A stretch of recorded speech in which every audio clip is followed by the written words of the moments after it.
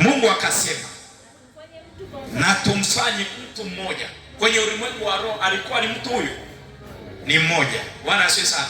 Na tufanye mtu. Kwenye ulimwengu wa roho anaapia kama mtu mmoja. Anasema na tumfanye mtu, na tumfanye mtu, na tumfanye mtu kwa mfano wetu, na tumfanye mtu. Hebu soma mstari ule wa 27. Soma mstari wa 27. Mungu akaumba nani jamani? Mungu akaumba nani? Twende vizuri, sikia tu kwa sauti kubwa. Mungu akaumba nani? Mungu akaumba mtu. Hebu endelea hapo Kwa mfano wake, kwa mfano wa Mungu alimuumba mwanaume na mwanamke. Kwa mfano wa nani? Wa Mungu. Maana yake sote tumeumbwa kwa mfano wa Mungu. Wewe ulivyo hapo ni mfano wa Mungu. Wewe ni utambulisho wa nani? Wa Mungu. Namna ulivyo, namna unavyokaa, wewe ni utambulisho wa Mungu. Maana anasema na tuumbe kwa mfano wa Mungu, akaumba mwanaume na mwanamke. Kwa mfano wa nani? Wa Mungu. Kwa hiyo unapokaa hapo, wewe ni mfano wa Mungu, ni utambulisho wa Mungu. Sasa kwenye ulimwengu wa roho, sasa tuende vizuri hapa. Kitabu cha Mwanzo sura ile ya kwanza, mstari wa kwanza na mstari wa pili, kuna utofauti mkubwa sana. Bwana asifiwe sana. Mstari wa kitabu cha Mwanzo sura ya kwanza, mstari wa kwanza na wa pili, kuna utofauti mkubwa sana. Tunaenda pamoja. Daka hayo maneno itakusaidia. Kitabu cha Mwanzo sura ya kwanza, mstari wa kwanza anasema hivi: hapo mwanzo Mungu aliziumba mbingu na nini? Hapo mwanzo Mungu aliziumba mbingu na nini? Maana yake ni miaka mingi Mungu anakuja anaanza kutengeneza mstari wa pili. Mstari wa kwanza ilipita miaka mingapi? Mingi. Mstari wa pili sasa ndio unafuata. Biblia inasema nayo nchi. Maana yake mstari wa pili, twende vizuri. Mstari wa pili Mungu haumbi mbingu na nchi. Mstari wa pili Mungu anashughulika na mbingu peke yake na nchi peke yake. Halo? Bwana asifiwe sana. Mstari wa kwanza Mungu anaumba mbingu na nini? Kwanza tunajua Mungu hana mwanzo wala mwisho, si ndio? Yaani Mungu alikuwepo. Yaani yeye Mungu alikuwepo tangu mwanzo. Mungu hana mwanzo. Hakuna aliyemzaa Mungu. Mungu hana baba, si ndio? Wala mama. So Mungu alikuwepo.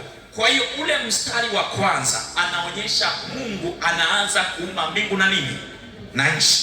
Mstari wa pili Mungu hashughuliki tena na mbingu, anaanza kushughulika na nchi. Manake nchi ilikuwepo tayari, lakini nchi ilikuwa na mapungufu. Tunaenda pamoja. Bwana asifiwe sana. Tunaenda pamoja. Hebu usoma mstari wa kwanza sasa na wa pili. Hapo mwanzo Mungu aliziumba mbingu na nchi. Hapo mwanzo Mungu alifanyaje? Aliziumba mbingu na nchi. Leo kuna kazi. Hapo mwanzo, tulie sasa tusikilize. Hapo mwanzo Mungu aliumba mbingu na nchi. Nayo nchi. Biblia inasema nayo nchi. Hapo haanzi kushughulika tena na nini? Na mbingu. Tunaenda pamoja. Anasema nayo nchi. Ilikuwa ukiwa. Maana yake nchi ilikuwepo tayari, si ndio? Bwana asifiwe sana. Nchi ilikuwepo tayari. Tunaelewana? Tunakubaliana? Maana yake sisi ni wanatheolojia hapa. Tunachambua maandiko. Nchi tayari ilikuwepo, lakini ilikuwaje? Cha kwanza ilikuwa ukiwa. Cha pili tena utupu. Halafu cha tatu na giza lilikuwa wapi? Manake nchi ilikuwa na vitu vitatu. Tayari ilikuwepo, lakini ilikuwa na vitu vitatu. Kitu cha kwanza ilikuwa nini? Ilikuwa ukiwa. Kitu cha pili ilikuwa utupu, na kitu cha tatu ilikuwa na giza. Lakini kitu cha nne ilikuwa imejaa maji. Mbingu nani? Nchi ilikuwa ukiwa, utupu na giza lilikuwepo, na maji yalikuwepo yamejaa katika nchi. Manake tunaelewana kabisa, mbingu na nchi zilikuwepo, lakini kuna vitu vilikuwa vinapungua. Sasa Mungu anaanza kuikarabati nchi. Huu sasa ni ukarabati wa nchi. Katika ukarabati sasa ndio tunakuja tunapata Mungu anamuumba mtu. Jina la Bwana libarikiwe sana. Mungu anamuumba nani? Mtu. Anamuumba mtu mwanamume, mtu mwanamke. Aliwaumba. Manake aliwaumba siku moja. Wanapoisifa sana. Mwanamke na mwanaume waliumbwa siku moja. Mwanamume na mwanamke waliumbwa siku moja, na wote wakapewa mamlaka ya kutawala, na wote wakapewa utukufu na Mungu siku moja. Halo. Bwana Yesu asifiwe sana. Haleluya. Sasa alipowapa mamlaka ya kutawala, Mungu akawaambia vitu vinne. Hebu soma kitabu cha Mwanzo sura ya 20, sura ya kwanza mstari wa 28. Mwanzo 1:28. Mungu aliwaambia vitu vinne. Hebu soma. Mungu anawaambia vitu vinne. Soma hiyo Mwanzo sura ya kwanza mstari wa 28. Mungu akawabarikia. Akawaambia. Jambo la kwanza anasema zaeni. Jambo la pili kuongezeka. Jambo la tatu ni kujaza nchi na kutiisha. Jambo la nne mkatawale samaki wa baharini, ndege wa angani na kila kiumbe chenye uhai kiendacho juu ya nchi. Mungu anamwambia, anampa mwanadamu, anampa mtu, sio mwanadamu, anampa mtu mambo mangapi? Manne. Wewe hapo umepewa mambo mangapi? Manne. Jambo la kwanza ulilopewa ni nini? Kuzaa. Bwana asifiwe sana. Jambo la kwanza ni kufanyaje wapendwa? Kuzaa. Kuzaa sio tu kuzaa mtoto. Kuzaa kwenye eneo la ushawishi ambalo Mungu amekupa. Mungu amekupa kuimba, zaa. Ongezeka. Mungu amekupa utumishi, kuhubiri, zaa. Mungu amekupa kuwa mama bora, zaa katika hilo eneo. Mungu amekupa chochote alichokupa, lazima uzae. Kama hauzai, maana yake kuna kitu kinapungua. Jambo la pili, kama umezaa lazima ufanyeje? Kama umezaa lazima ufanyeje? Uongezeke. Bwana asifiwe sana. Unapozaa lazima uongezeke. Lazima uongezeke. Sisi tunazaa hapa huduma ya Penuel. Lazima tunategemea sasa baada ya muda tuongezeke. Si ndio? Tumeshazaa, si ndio? Tumekuwa sasa tayari, ni kitu kinachoonekana.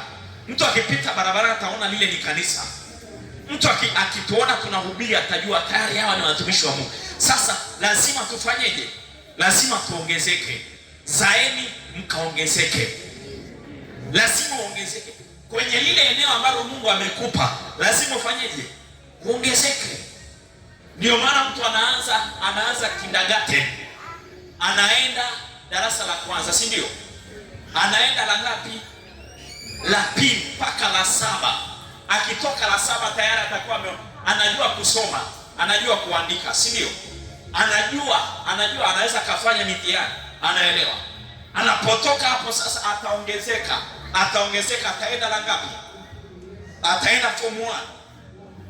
Kidato cha kwanza. Akienda hapo mpaka chuo. Huko ni kufanyeje? Ni kuongezeka. Alafu jambo jingine anasema ni kufanyeje? Kujaza. Lazima ujae. Kujaa na kutiisha. Kujaa. Lazima tujae. Tunaongezeka, tunajaa sasa. Kama maji yanaongezeka mahali, lazima yajae. Umeweka ndoo yako hapo, inamiminika maji, yanapoongezeka ndio kitendo cha kufanyeje? Cha kujaa. Lazima ujae. Huduma ulio nao lazima ifike hatua imejaa sasa. Imejaa. Halafu jambo la mwisho ni kutawala. Katawala. Kile ambacho amekianzisha mkatawala. Kwa sisi tumepewa mamlaka ya kutawala. Kutawala katika nchi. Huduma ambayo Mungu amekupa ni huduma ya kutawala. Jambo lolote ambalo Mungu amekupa, anataka utawale. Bwana asifiwe sana. utawale ile eneo, iwe ni kwenye familia. Mungu amekupa familia, lazima uwe mtawala katika familia. Mungu amekupa watoto, lazima uwe mtawala katika hilo eneo. Tawala. Mungu anamwambia mwanadamu, anamwambia mtu, sio mwanadamu, anamwambia mtu kutawala kipindi ambacho bado hajafanyeje, hajatokea. Maana yake nini? Mungu alipomuumba mwanadamu, alipomuumba mtu samani, alipomuumba mtu, cha kwanza alimuumba kwenye ulimwengu wa roho. Bwana asifiwe sana. Mungu alipomuumba mtu, cha kwanza alimuumba kwenye nini? Kwenye ulimwengu wa roho. Ulimwengu wa roho ndio ulimuumba, ulimtengeneza mtu. Mungu anamtengeneza mtu kwenye ulimwengu wa roho, na mtu anaungwa siku moja kwenye ulimwengu wa roho. Nimesema mwanamke, mwanaume, wote wanaungwa siku moja kama mtu kwenye ulimwengu wa roho. Bwana asifiwe sana. Kabla hajatokea kwenye ulimwengu wa mwili, anaitwa mtu, ameumbwa kwenye ulimwengu wa roho. Ndiyo maana Mungu anambarikia, anamwambia zaeni. Aliambiwa mwanadamu kuzaa kwenye ulimwengu wa roho kwanza, sawa sawa. Bwana asifiwe sana. Mwanadamu anaambiwa kuzaa kwenye nini? Kwenye ulimwengu wa roho.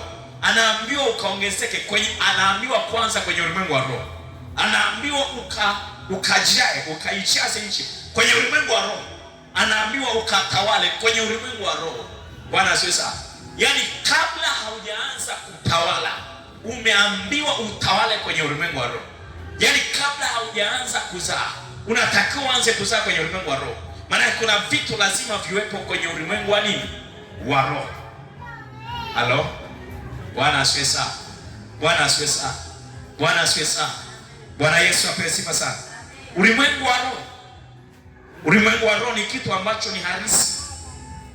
Ni kitu ambacho ni halisi.